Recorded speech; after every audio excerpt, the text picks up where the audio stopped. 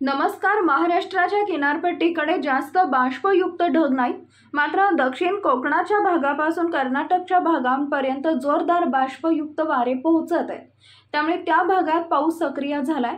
सिंधुदुर्ग, कोल्हापूरचा घाटाकडील भाग आणि गोवा मुसळधार ते अतिमुसळधार पावसाची शक्यता आहे। नंदुरबारच्या घाटाखालील भाग मध्यम ते जोरदार पावसाची शक्यता। सोलापूर, धाराशिव, बीड, परभणी, हिंगोली स्थानिक वातावरण तयार होऊन गडगडाटासह पाऊस येऊ शकतो।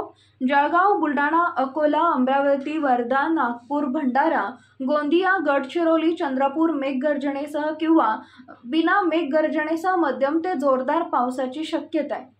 इतर भागातील हवामान: धुळे, नाशिक, पुणे, सातारा, सांगली, कोल्हापूर, नगर, बीड, सोलापूरचा पश्चिम भाग, संभाजीनगर, वाशिम, यवतमाळ इथं मोठ्या पावसाचा अंदाज नाही। काही ठिकाणी हलक्या ते मध्यम पावसाच्या सरी येऊ शकतात, अन्यथा मोठ्या पावसाची शक्यता कमी आहे।